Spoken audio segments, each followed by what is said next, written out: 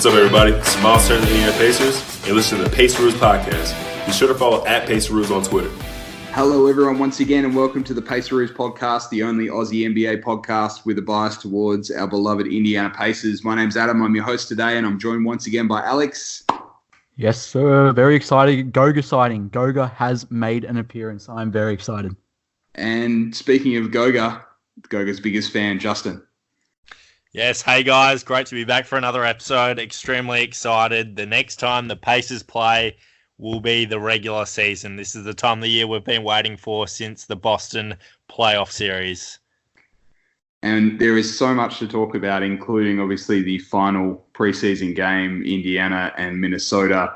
It wasn't televised. However, we did see a bunch of highlights and we saw a bunch of Goga. But before we get to Goga, we're going to kick off this episode with our latest interview. We were privileged enough to be joined by Scott Agness of The Athletic, Indiana Pacers journalist for The Athletic, and also with the Pacers podcast that he has. You can follow him on Twitter @ScottAgness, and you can read him on The Athletic, and the links are on his Twitter page. But we had the opportunity to talk about Goga. We had the opportunity to talk about the rotation for the Pacers and who's impressed in the preseason, some prediction from him. And it was just a fantastic interview. Justin, what did you take from it? Well, I took a lot from it, and like you said, Adam, very privileged to have him on. He's always been a journalist I've always respected and read his articles. I think he's always got great pieces. I've always read his stuff online, and there was a few big takeaways for me. Obviously, how excited he is about Goga and how excited the team is, and really interested in his comments about TJ Leaf as well. So you guys will get to hear that, and it's really, really a great interview. And Alex, obviously you reached out to Scott. He was nice enough to respond and obviously be on our podcast. What did you take away from the interview? Yeah, definitely got to thank Scott again for that. But I think my biggest takeaway was, well, firstly, his prediction that he believes TJ Warren will be, well, he said he wouldn't be surprised if he's the leading scorer, which I don't think would surprise any of us. But also another one was the Sabonis extension. So we talked a little bit about that. So you guys will be not getting inside information, but getting his side of the story for that one. Awesome. We won't spoil the whole thing, so we'll throw to the interview now, and we'll speak to you again after Scott Agness on the Paceroos Podcast. Welcome back to the Paceroos Podcast. Adam, Alex, and Justin with you, and we have a very special guest from The Athletic, Scott Agness. Thank you so much for being here and giving us your time. Yeah, happy to be on with you guys. Thanks for the invite. Scott, you've been obviously an insider and a journalist for the Pacers for a while now, and now for The Athletic. We had a few questions about the current major topics around the team, and the first one is around Domas Sabonis. We've got around a week left until the NBA season kicks off. There's also about that same amount of time for Indiana to complete a contract extension for Domas and avoid him heading into next summer as a restricted free agent. Based on what you've heard, what percentage chance would you say that there's an extension done before the start of the season? And will it be in comparison to Miles's extension? Do you see it being less, being more, or being almost identical as some in the media have speculated? Yeah, that's the big question here over this next week before we hit the start of the season. And if you remember last year with Miles Turner, it's really a fascinating story. All indications with last year and Miles was that it wasn't going to get done. They just couldn't come to agreement. Well, on the final day, things progressed. Miles raced over in his SUV with his parents and submitted the forms like 5 minutes before the NBA's deadline. So that one, they got in just in the nick of time on the 4-year extension. That'll pay him $18 million flat over these next 4 years beginning this year. And so in terms of numbers for Domas, I would think he wants at least something similar, right? He views himself as a soon-to-be all-star, a starter in this league that happily adapted his game to what the Pacers needed these last couple of years, and that was for him to come off the bench. But at his exit interview with Nate McMillan in April, expressed his desire and motivation to be in the starting lineup, so he will be this year. At this point, I still think it's 50-50 whether they get something done. with his agent, especially too. The fact that next summer there aren't a lot of enticing free agents, perhaps that could help him out on the negotiating table next year. On the other side of that, maybe things don't go well with the pairing of him and Turner. Maybe that knocks down his value a little bit. From the Pacers standpoint, they would like to get it done, much like Miles, get the extension done with, and be able to just really focus on this season, because we all know how that kind of lingers, certainly in the back of his mind, but we're going to ask about him and maybe how a play or a game or a performance or an injury impacts that one way or the other. So the team-wise, they'd like to get something similar done, much like with Miles last year. Yeah, that's awesome. And, we're talking about our two Pacers big man with Domas and Miles, and that leads into the next question beautifully with there is now a third big man we drafted in Goga Bitadze. And we know, as soon as the Pacers drafted him, Kevin Pritchard said, nearly every team in the NBA was calling them, trying to see if Domas or Miles was available. We hear that Goga is going to be available for tomorrow's preseason game against Minnesota. We'd just want to hear your opinion. Being in Indiana, what's the level of excitement around Goga, and what do you think we can expect from him this season? Yeah, so around the team, very excited. He's well ahead of what most rookies are, and that's because he's been a pro overseas since he was 15, 16. He, and as a teenager, he went over and lived on his own. And last year was the EuroLeague most valuable player, all those sorts of accolades. And he's been going against more physical players, where overseas you're allowed to play a little bit more, and you're going against guys that might be 30 and have been playing pro for several years versus, going to college and perhaps even being able to dominate here in the United States. So once he's able to play, which he has now practiced each of the last 2 days, including today, he went through a personal workout on Saturday, and all indications are good. He was skipping around throughout the hallways a couple days ago, so it doesn't seem to be slowing him down any. But I can tell you from this fans' standpoint that I'm hearing, they're just frustrated. To them, they're a guy they just can't see. They haven't been able to see, right? Because of visa issues. He was unavailable during Summer League. And today it was interesting talking with him. He said he couldn't even remember the last true game he had played, right? In the EuroLeague. He guessed maybe in May or something, but he had the pre-draft workouts where he worked out for 5 different teams. The Pacers were not one of them. They ranked him in the top 10, and they felt very fortunate to get him at 18. So then after talking with Nate McMillan today, they're still cautiously optimistic about what he'll be able to contribute, let's say, over the first month or two, because in McMillan's eyes, he's far behind because he's been out for the last 2 weeks and because he's a rookie, and there's always that learning curve. Yeah, definitely. I think, especially with the maybe lack of front court depth this year, I think Goga's going to have to really step up. And, we've heard that he might play 18, 20 minutes. But how do you see that front court playing out maybe with TJ, Alize, maybe even Jakar swinging in there? We know TJ just recently got an extension. So how do you see those power forward minutes stretching out?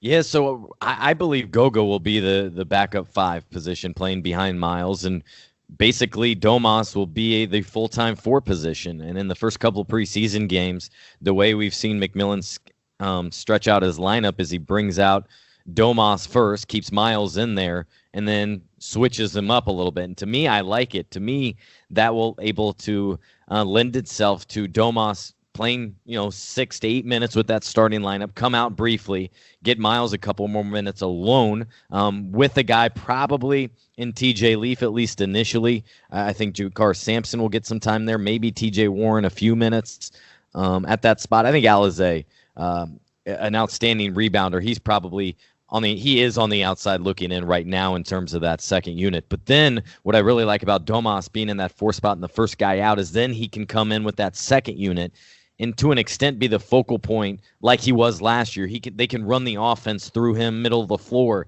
And I think there are several guys that stand to benefit, but the most obvious one to me is Doug McDermott with the spacing and with the ball movement. He just needs more shots, more reps, more opportunities. And last year, that was partly on him, and that was partly on the personnel around him that didn't afford him that opportunity.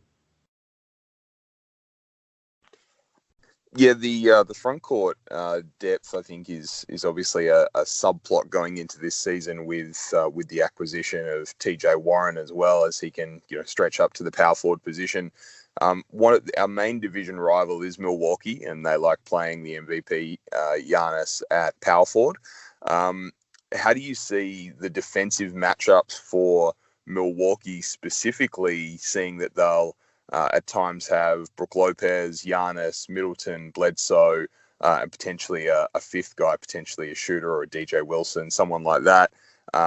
Is that an opportunity for a TJ Warren to guard Giannis? Do you see there being Justin Holiday or experimentation with who takes that position, or are we going to rely on Domas to potentially guard Giannis for stretches? Boy, isn't that scary? No, it's a great question, because to me, it's the biggest question facing this team that generally is defensive minded, right? They're almost always a top 5 defensive team in the league, and I think that's one of the big holes with this group, because in years past, it'd be Bojan Bogdanovic or perhaps Thad Young. But this year, I'm not exactly sure. I don't think they're exactly sure at this point who guards the Giannis's, the LeBrons, those sort of things. What they are expecting are a lot of cross matches in that, say Giannis is playing the 4. Well, defensively, he probably would guard Miles Turner, and then the other big, let's say, one of the Lopez twins, would check Domas Sabonis. I certainly wouldn't expect Domas to guard Giannis. I would not be surprised. Actually, I'm somewhat expecting, at least early on, to see Justin Holiday, a guy that's really out of the rotation right now. He's kind of that other piece that can play multiple positions, could come in to fill an injury or to fill minutes if there's foul trouble, or the defensive side of things. I think there could be a time, maybe when you need scoring and defense late in games, where Doug's in there for the 3-point shot and Justin's in there to provide the defense. But your guess is as good as mine at this point in how they'll handle, especially those perennial all-star, all-NBA type guys like a Giannis. And just going off the Bucks as well, we know we play them a lot in the year when they play a very fast tempo, similar to Houston. But we've seen an uptick in threes from the Pacers in this preseason. We know they were 29th, so second last season. Do you think that's a point of emphasis for Nate this year, to get faster, to play faster, and to shoot more threes? Yeah, so both of them are, and I was actually asking Nate about the 3-point tray balls, even today at practice, and he said he wrote on the board at the front of the season, beginning of the year, 30. That's kind of the number they're pegging, but at the same time, he said he put a question mark next to it, because it's not a solid we must do it. And what he means by that is they're not trying to race it up the floor and jack them up like a Houston team will. They're just going on pure numbers, right? But they do want to reemphasize the message that we want more threes. We were actually a really good 3-point shooting team. We just didn't take many attempts. So they want the attempts up. They just don't want those forced attempts that maybe other teams are just fine with. Maybe like the Warriors. If Steph comes down and sees an opening, he'll fire. Well, the Pacers don't really have a guy like that they'd be comfortable with doing that in the first place. But I think especially with this personnel, they'll be able to do that, because that was the biggest hindrance to this group last year, is they just didn't have enough playmakers, creators, guys that could attack, that would allow and force the defense really to collapse, which would then in turn space the floor and open things up for those outside shooters. So I do expect a change there. And then briefly, in terms of playing faster, they always talk about it, so I'm a little hesitant to commit to it. But everything we have seen in these last 3 weeks of training camp, they have been playing faster. For instance, in practice, they'll be doing 5-on-5, and the shot clock does not go to 24. It only goes to 14, reinforcing that message. Yeah, that's great. And I suppose you've worked with the Pacers and throughout the NBA as a writer, a journalist, and a play-by-play announcer for 10 to 15 years now. I want your opinion on how excited you are for this NBA season. I think the past few years, everyone's locked in on, it's going to be Warriors winning it all, it's theirs to lose, and maybe before that it was the Cavaliers and the Miami Heat. How excited are you personally to cover the NBA this year in what seems to me probably the most open year that I can remember?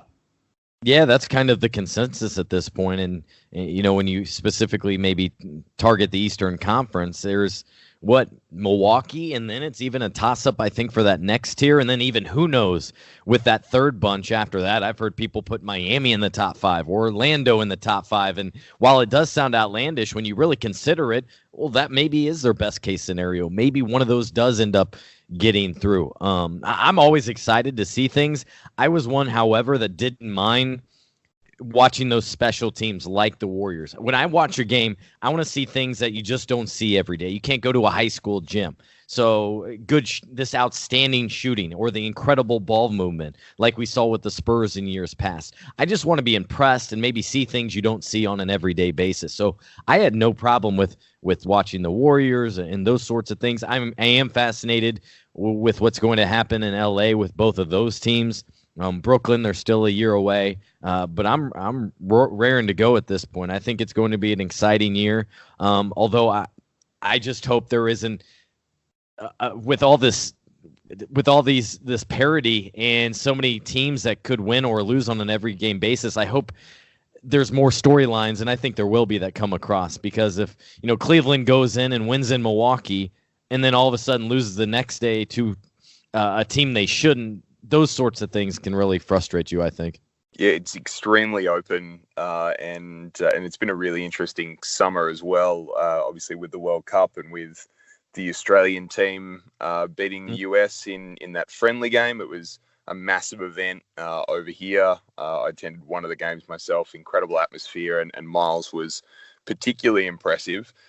We'd be remiss if we didn't ask you a question about Australian basketball, though. It seems to be blowing up at the moment with LaMelo Ball and RJ Hampton. Potential lottery picks, both of them playing in the local league in the NBL. Do you follow the NBL for that reason? Have you had the opportunity to follow that? And if you have you noticed anyone that you think could be a rotation NBA player, like a Mitch Creek or a Chris Golding, who are two guys that have played over here for a little while, and Mitch Creek dabbled in the NBA, but just haven't been able to secure regular roster spots? I'm with you. I really enjoyed watching the World Cup, but I'd be lying if I said I even knew how to follow the NBL. I have read a couple things about it. I think Sam Vincini for us at The Athletic wrote a long piece about that becoming an alternative for high school players that want to get paid immediately. And then the recent story, I think, from the Draft Express guys about LaMelo Ball and others. But outside of that, I am not sure even how to follow it. Well, I believe that ESPN have picked up the rights to some NBA games. We had LaMelo Ball have his first win in the NBL overnight for the Illawarra Hawks. And RJ Hampton actually hasn't played an official NBL game yet due to the NBL and NBA preseason games that have been happening. But I think the impressive thing for us is LaMelo Ball's poise, his passing ability. His shot hasn't really fallen the first couple of weeks, but we expect that to change. But he certainly plays like a guy that's a bit older. He's low turnovers. He makes good decisions. So it will be really interesting to see the amount of press that league gets over the course of the next couple of months, and whether LaMelo even finishes the season, or if of course he decides to leave a little early and prepare for the draft. Last question around predictions for the team. We asked JJ the same question last week. What are your predictions for the team, the Indiana Pacers, this upcoming season? Doesn't have to be a number of wins, but any particular predictions that you'd like to give us? I appreciate that, because anyone who follows me knows that's one of my most annoying things. I hate that, just because we got to see how much this team grows. And maybe, after a week of regular season basketball, or the first month, then you really start to get a feel. And that's one thing I will say, for better or worse, about the NBA. Usually after the first month, 45 days, you kind of have an idea of what your playoff teams are. They might adjust their seeding, but that's where it's very different than, say, the NFL here or the other professional leagues, where there's even more parity and a team could go on a 4-game losing streak and back its way out of the playoffs. But I think the guy that's going to surprise most people, and it's probably just because nobody's following the Suns, is TJ Warren. I think it's very possible, guys, that he could lead this team in scoring. So that's one thing I'm keeping a sharp eye on. I think Domas will continue to take another leap here this season in what he's able to accomplish. And let's see. I think Goga. Well, I think Goga. Everything I've heard and seen from him, I think he's going to be a steady rotational player. That, like I said, and I think I broke it down in my rotations, that will get indeed 18 to 20 minutes per game. I think he's going to be at least solidly in the rotation, and an intriguing prospect for all of us to watch. Fantastic. We certainly hope so. Justin, in particular, is a big fan of Goga, so he's tied his fantasy basketball wagon to Goga this year as a sleeper. When someone dances in a Mario outfit, how do you not love him? That was so much fun yesterday. I will say I've been covering that ever since I can remember, and that was the most that the rookies had embraced that sequence. Talking about Brian Bowen II and then in Goga, because oftentimes they kind of go through the motions or don't know the song. That was fun. He put himself out there, and I think his teammates as well as fans really respect it. And to go back to that last question, the other thing I'm interested in seeing, I don't know how much we will, but in the short bursts we saw in the preseason so far, I really liked when both Holiday brothers were on the floor at the same time. So I'd like to see more of that.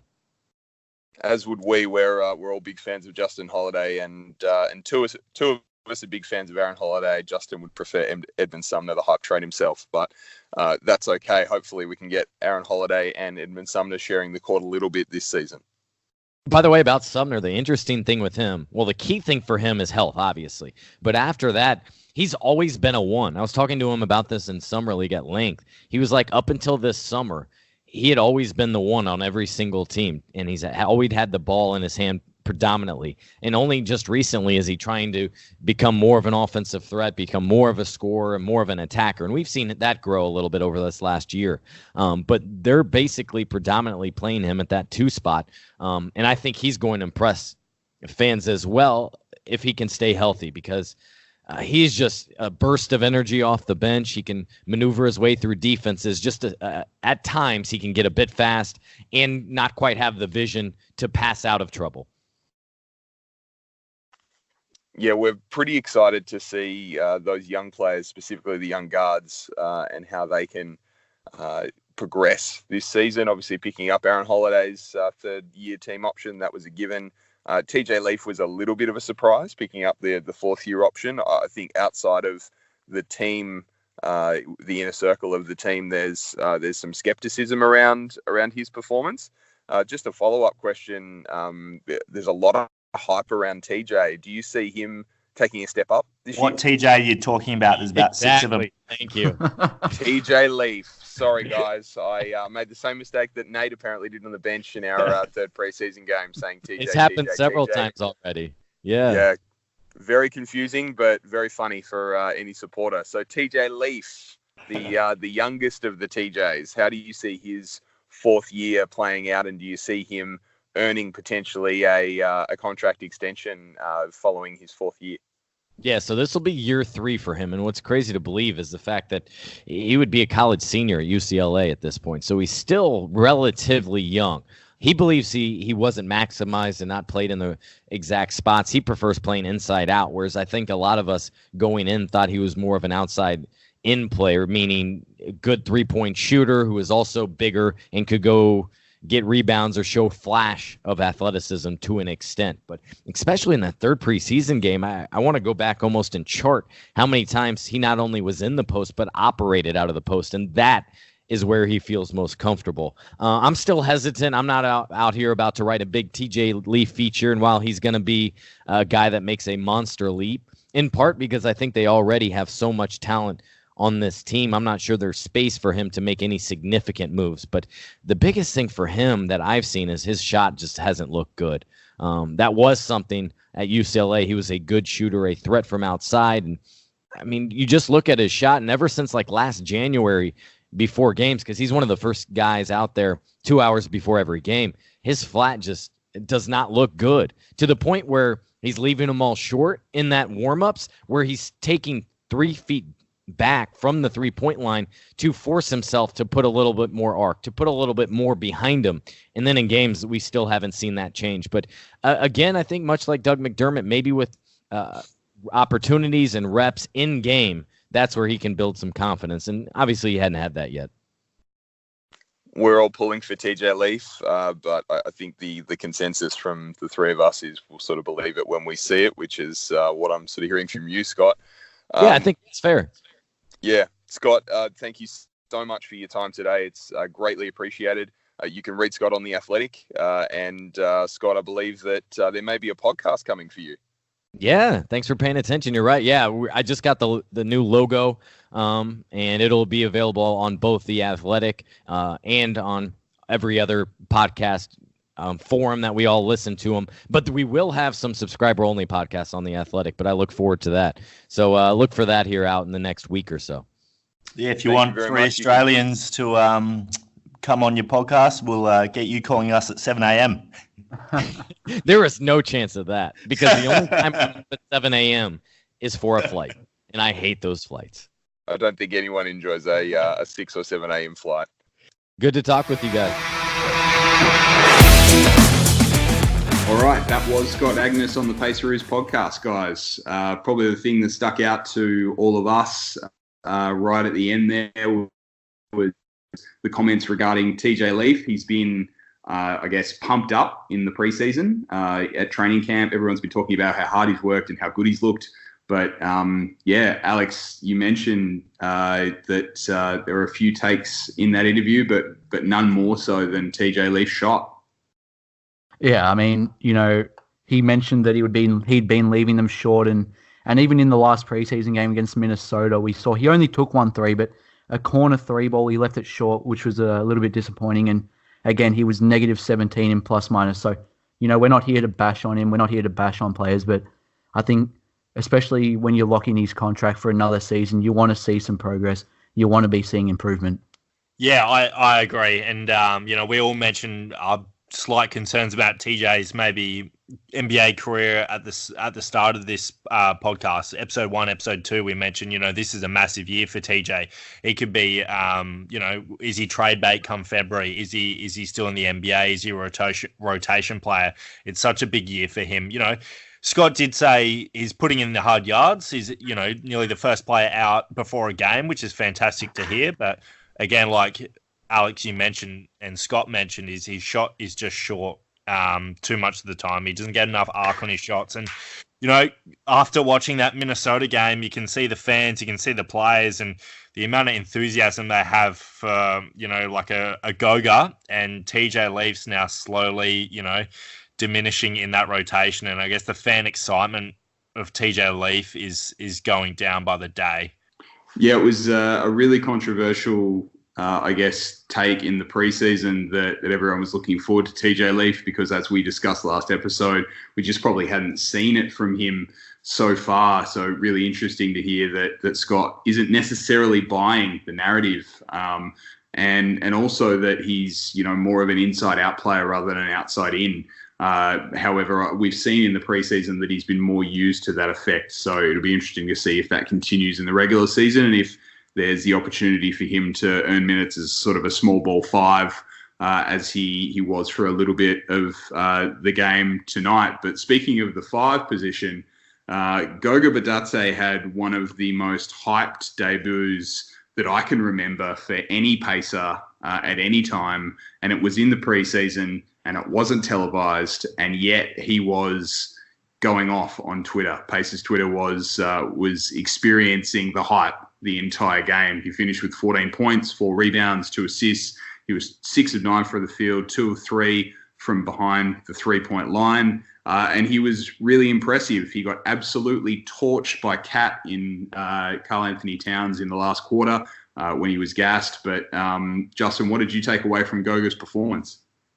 Well, yeah, I think that's a great call by you, Adam. I was just thinking when you mentioned that, I can't remember the last hyped rookie that the Pacers have had, going into a preseason game where everyone's got their eyes on him. And maybe it's due to, the visa issues he had. And, we've waited so long with him being injured and finally getting that last preseason game. But I just can't remember off the top of my head the fan base being so excited to watch one player, which is just fantastic. Definitely, it's not like we've got the number 1 pick or anything like that. So I'm sure I'm like you guys, couldn't be more happier with him. Yeah, he struggled defensively against Karl Anthony Towns, but I did listen to Nate McMillan after the game. He said, he just kept Goga on him for a learning experience. When is he going to get the experience of playing against a Karl Anthony Towns in a preseason game? That doesn't mean too much. So my biggest takeaway was his 3-point shot. That can be such a big utility for us in that second team. They can spread the floor, get Doug McDermott open. If Goga's spreading the floor and he's got a nice little soft hands and can hit that hook shot. It was 2 for 3 from 3. I could not be more excited from watching the game against the Timberwolves.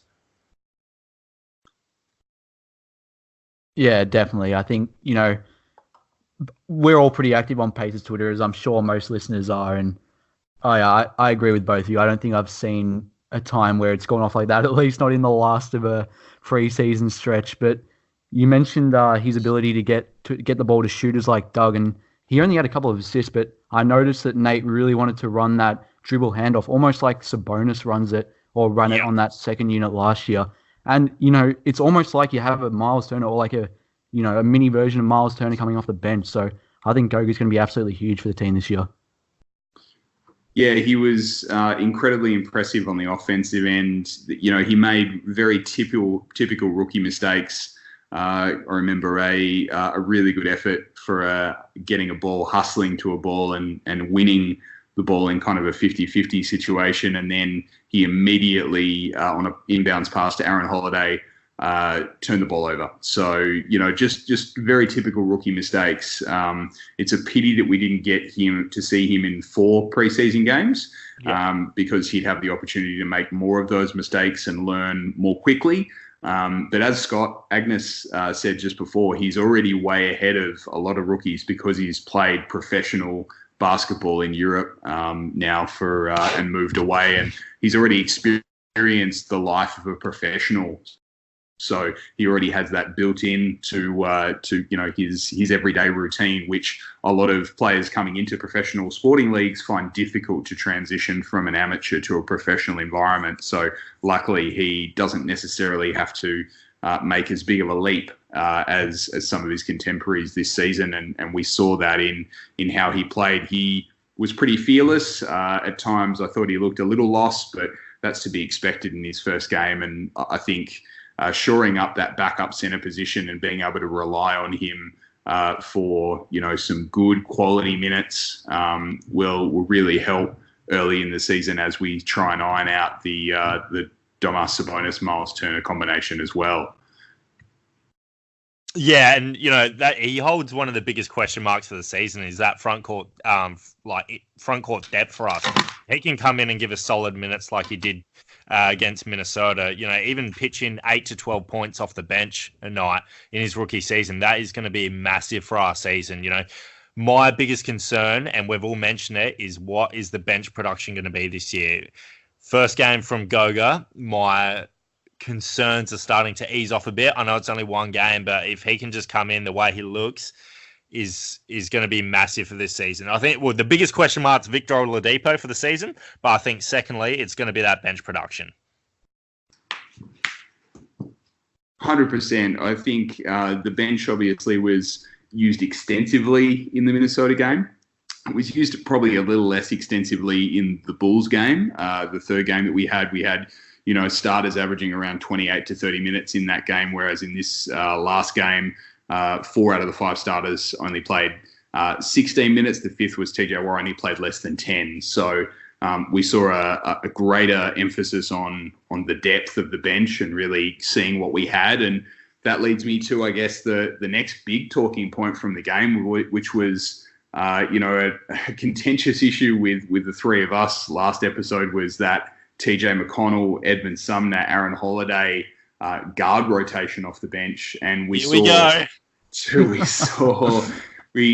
leads me to my next point. We saw Justin's boys really play well in this last preseason game. We saw TJ McConnell play extremely well, 10 minutes. He had filled the stat sheet. I'll let you have the honors, Justin, of telling us how he went. But Edmund Sumner also showed some great passing.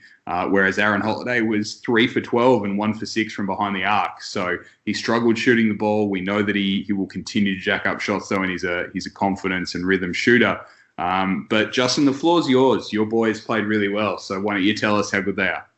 Yeah, so I'm going to be a bit smug and say, I think it was episode 1 or 2, I mentioned how much I've watched TJ McConnell in his NBA career. I've watched a lot of Philadelphia games, and you two obviously knew, he hustled hard. You two knew what type of player he was and everything like that. But for me, I just got my concerns over Aaron Holiday. I'm more of a TJ McConnell man myself. You look at today's the game against Minnesota, 10 points for McConnell, 8 assists, 3 rebounds, 2 steals in 20 minutes. He was probably efficiently our best shooter on the night.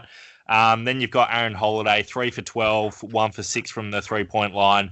The shot selection wasn't great. Something I've always said about Aaron Holiday is his shot selection. I've always preferred him as a 2, not a 1, because I feel as though, McConnell and Sumner may be a better playmaker than Holiday. Look, it's great debate to have, and it's preseason, so frankly, who cares? It's all gonna matter next week when we face the Detroit Pistons. But for now, look, I think Nate would be starting to question what he's going to do. He's seen some games in the preseason, and I think even I tweeted you guys what Mark Monolith said, and it's going to be hard for Nate not to give TJ McConnell minutes, because everything that we've seen this season is, I think TJ McConnell deserves that backup 1 spot over Aaron Holiday. We can see it happening. I think, between the story in the summer where Nate favoured veterans over young players and the play of TJ McConnell in this preseason versus the play of Aaron Holiday, TJ McConnell hustles. He plays really hard defense. He, takes good shots. He's not a outside shooter, but if you've got enough outside shooting around him, then it doesn't really matter. So I can definitely see Nate favouring TJ McConnell over Aaron Holiday to at least start the season.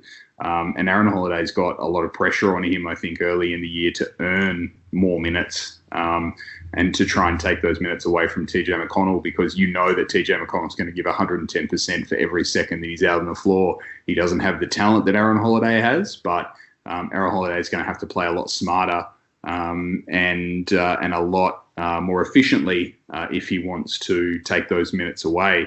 But in terms of the bench, we saw about 13 players utilised by Nate. But Alex, you were saying to us before the show that your concern was actually around the players that didn't play. You wanted to see Nate go even deeper.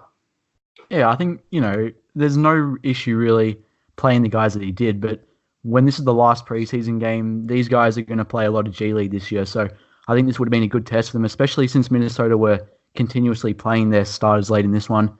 So guys like Brian Bowen, I was just going to say, and also my guy, Walt Lemon Jr., he is Derrick Rose Jr. He is one of my favorite players. I absolutely love watching him play. So I'm a bit upset they didn't play. And even guys like Brimmer or Mitchell Long as well, they're going to play in G League. They're going to ball out in there, but I would love to see them get not rotational minutes, but in preseason, I would have loved to see him get minutes,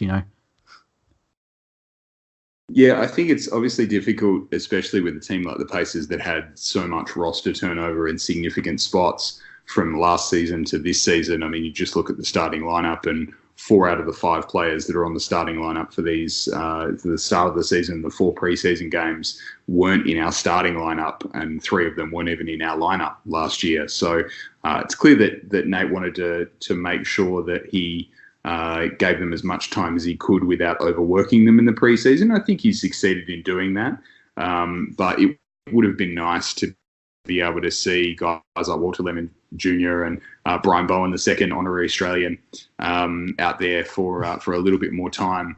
But at least we got to see a lot of Goga in this game. We got to see our man Justin Holiday. He was, he was great. Didn't shoot the ball that well, but did a little bit of everything else.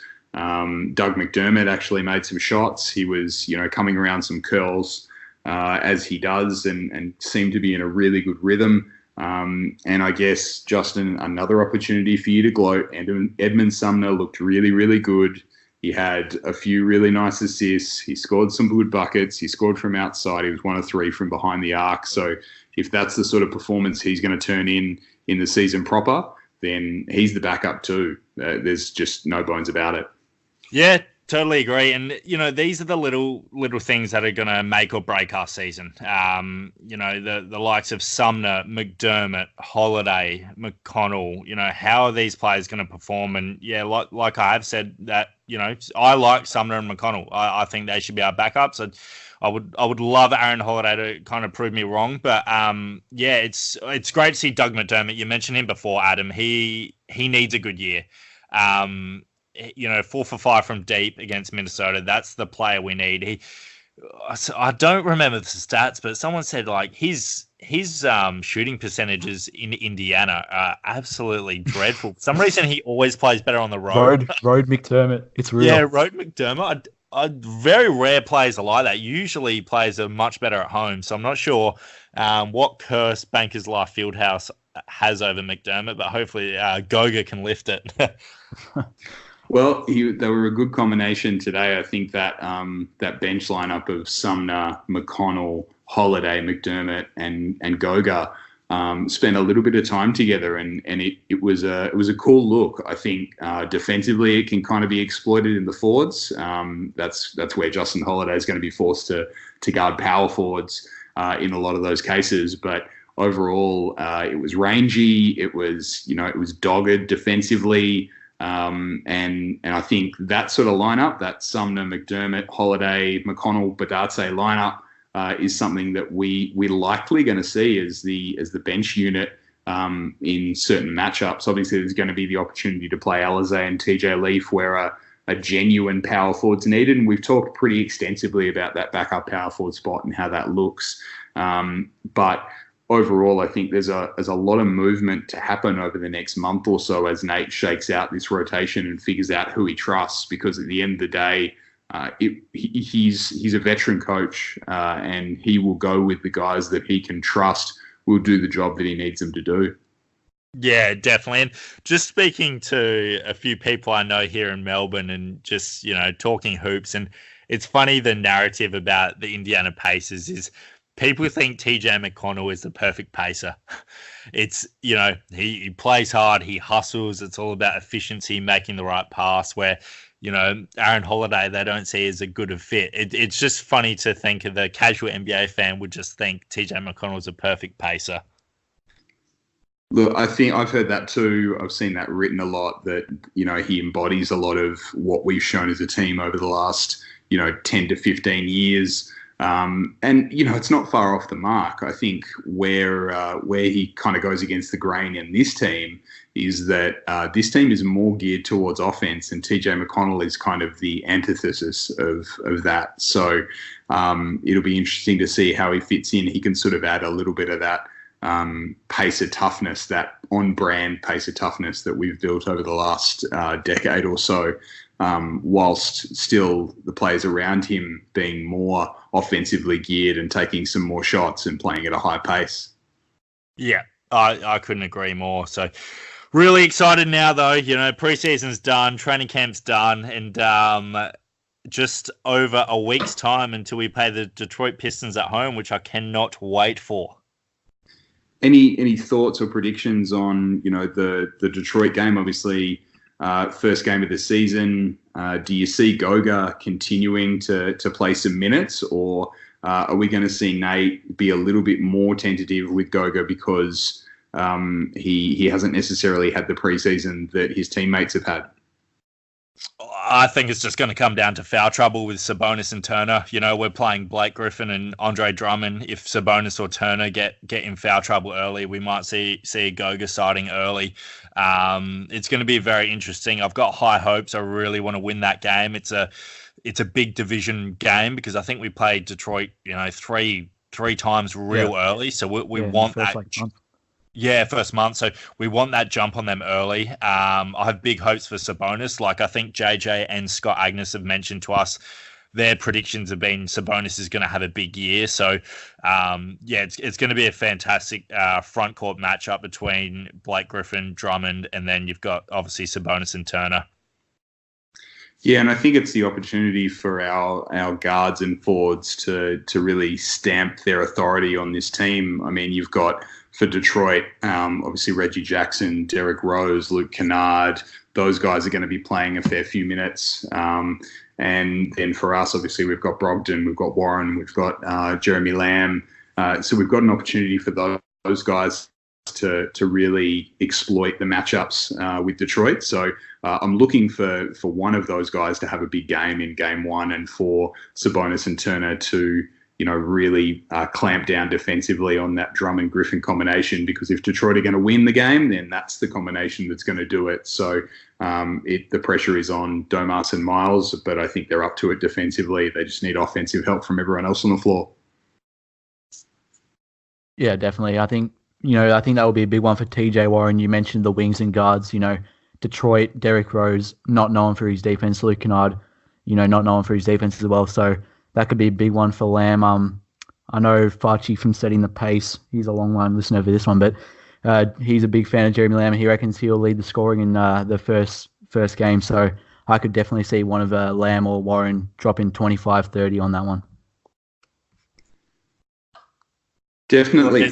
There's been some movement of through some things I know that people are requesting TJ Warren to win Most Improved Player of the Year, that I've heard through some circles. So maybe our podcast has caught on to the people of Australia, because I know, some people are requesting TJ Warren to be Most Improved Player. Yeah, I think gambling being legal in Australia, we can talk about it. So obviously, I think that's something that to watch. I think if there is a gambling slant to put on this Pacers season, then Warren is one. And Goga Rookie of the Year is the other. There's a guy named Zion that plays for New Orleans that I think is going to do all right too. Yes, I think he will too. Yeah, I don't think there's any market for Rookie of the Year right now. We may as well do a couple of quick, predictions upcoming for the season. Let's do the major awards. Why not? MVP. I'll go around the room. Alex, who's going to win MVP this season? No, I'm just joking. I was going to say Sabonis, but I actually think Steph Curry is going to win it. He tore it up I think he tore it up in preseason. No Klay Thompson. He's going to drop 30, 35 plus a night. He's going to pop off this year. I'm going the easy answer for this one. I'm saying Giannis goes back-to-back. I think with Brogdon off the team, he'll be asked to do a little bit more in terms of passing. He's going to repeat at least the numbers that he had last season or better them. He's going to be a massive division rival for us, and he's the one guy standing in the way of us doing great things in the Pacers this year. So I'm going to say that Giannis can do it again back-to-back. Yeah, I mean, Giannis is the best player in the league. I just always think the NBA media always jumps with the MVP award. It's always, Westbrook, then Curry, then Harden, then Giannis. It's always who's the next guy. That's the way I think they kind of vote in a way. So, look, I'm going to go a bit left field just to get the predictions a bit spicy. I'm going to go with Anthony Davis. I think he's going to. He might play 30 games this year, though. So. Possibly, I know he's got a sore little finger at the moment, but I think we all know how good Frank Vogel is as a coach defensively. We all know how good Anthony Davis is defensively. He said he's going to make LeBron accountable on that Lakers team. I think Lakers are going to finish the regular season with a very healthy record. And, you look at Lakers, they didn't even make close to making the playoffs last year. If they are a second or third team in the West and Anthony Davis averages 25, 13 and 4 blocks, man, you got to say Anthony Davis is going to be in the running for MVP. Absolutely. I think we're pretty consensus on either Zion or Goga for Rookie of the Year. Can anyone break the top two? Oh, I don't think so. I think that all the media hype that Zion's going to get, you already see, he's the lead in SportsCenter story and it's a preseason game. The media is going to nearly win that. He's on Bleacher Report every day, even when they're not playing. So Exactly. He's nearly got as much hype as LeBron did entering the league, which is unfathomable, really. So I think Zion's got it in the bag. But look, someone I've watched recently is the that shooter from Miami, Tyler Hero. He is lights out. He scored like Miami's first 14 points the other day. Not saying he's going to win it, but I think he's a smoky. Agree. He's been fantastic in summer league and the preseason. I feel like if there's a guy that can, ease their way into or squeeze their way into the starting lineup, then ultimately it could be him. The other guy that I want to call out is Rui Hachimura, just because there is two good players on the Washington Wizards this year, and he might be one of them. So he won't have a lot of competition for points, for shots, for anything. And we know that he's a scorer, and we know that the media love big scorers. So if he can drag them to 25 wins, 30 wins, which is probably about 15 more than they deserve, then he might have a shot. Yeah, I agree with you. I think, especially he coming from the World Cup, I think that would have helped him a lot. So he looks good. Isaiah Thomas might take some of his shots, but yeah, he should put up numbers this year. Who's going to finish second to Miles in Defensive Player of the Year? That's a good one. I'm actually going to go with a bit of a left field one. Obviously, Rudy Gobert's the favorite there, but I'm going to go with Joel Embiid. I think Philadelphia has such a big lineup. Their starters, Simmons, Richardson, Tobias Harris, Al Horford, Embiid. That is a killer defensive lineup. Like, it's going to be hard to score on the Philadelphia 76ers. I think Embiid, when he stays out of foul trouble and he's healthy, that's the key. When he's healthy, he's a really good defender. So, again, I like doing a bit of left field picks. Not always the favorite there. So, yeah, I'm going with the process. Alex? I'm not going anyone else. I think Miles. That's all I'm going to say. Miles is winning it this year. That's all that matters. Love it. Don't need to know about number 2. Yeah, I'm sticking with that. I think I will identify a smoky, though. I think if there's a guy that can have a really good year, defend at a high level and try and get a little bit of hype, then it's Robert Covington. We played him today in the preseason.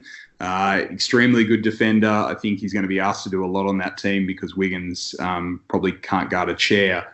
But ultimately, Robert Covington, I think, is a really good smoky to make an all-defensive team. I think Miles has got the Defensive Player of the Year in the bag, as we know, but Rocco is going to go loco this season. He might be the best rebounder in the league as well. 19 boards in 28 minutes against us. So, yikes. If he gets those rebound numbers up, then he will not be denied for a place on one of the defensive teams this year.